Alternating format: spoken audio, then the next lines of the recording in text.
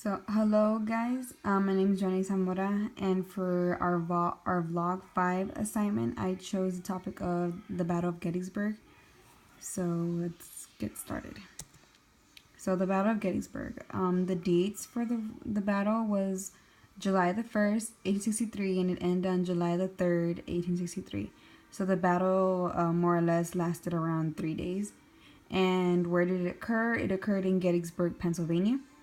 So the Battle of Gettysburg was one of the many battles during the Civil War, and it was fought between the northern states, which was referred to as the Union, and the southern states, which was called the Confederacy.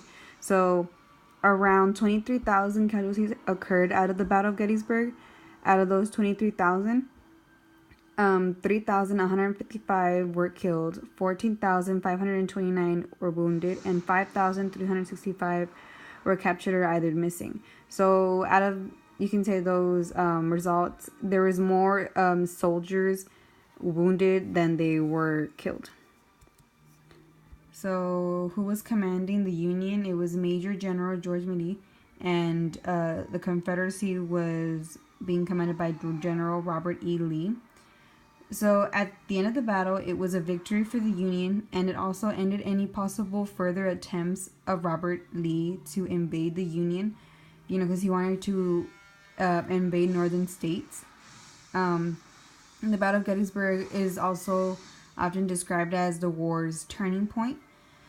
On the second day of the battle, it was the largest and costliest out of the whole 3 days of the battle. The Battle of Gettysburg was by far the costliest battle of the Civil War, but not necessarily it was described as the largest battle. Gettysburg ended Confederate enslavement of free blacks from the North, and the battle led to the Gettysburg Address. The Confederacy forces, they were confident that Robert E. Lee was going to win the Battle of Gettysburg because he had previously won the Battle of Charlottesville from Virginia. And the battle took place in the North when the South had invaded Gettysburg, Pennsylvania. 9 out of the 120 generals that were present there in Gettysburg died, which was the most out of all of the battles. So there was more generals killed during the Battle of Gettysburg than any other battle.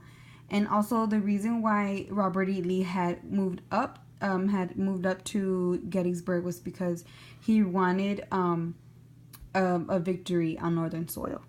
So the Confederacy wanted a victory on northern soil, as I just said, and they were the ones who launched the main attacks of the battle.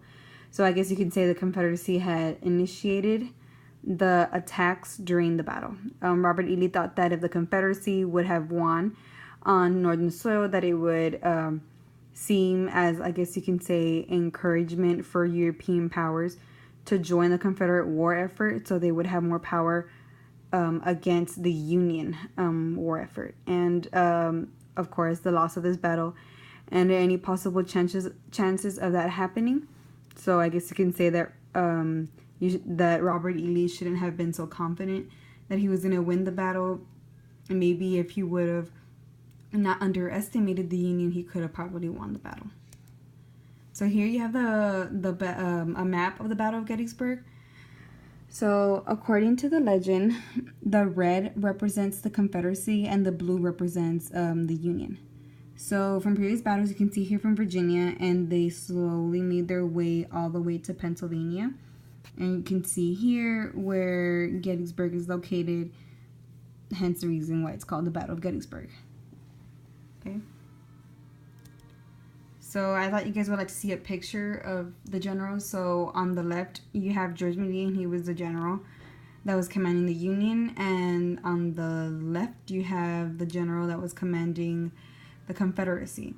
So in the end, the Battle of Gettysburg was classified as the bloodiest battle out of the Civil War battles. And it was concluded to be the war's turning point because it did end Confederate enslavement of free blacks from the North. And that was a huge step. That's the whole reason why the Civil War was occurring, to end slavery. And it also, the Battle of Gettysburg had also resulted in the most kills of generals than any other battle. And this concludes my presentation. Thank you.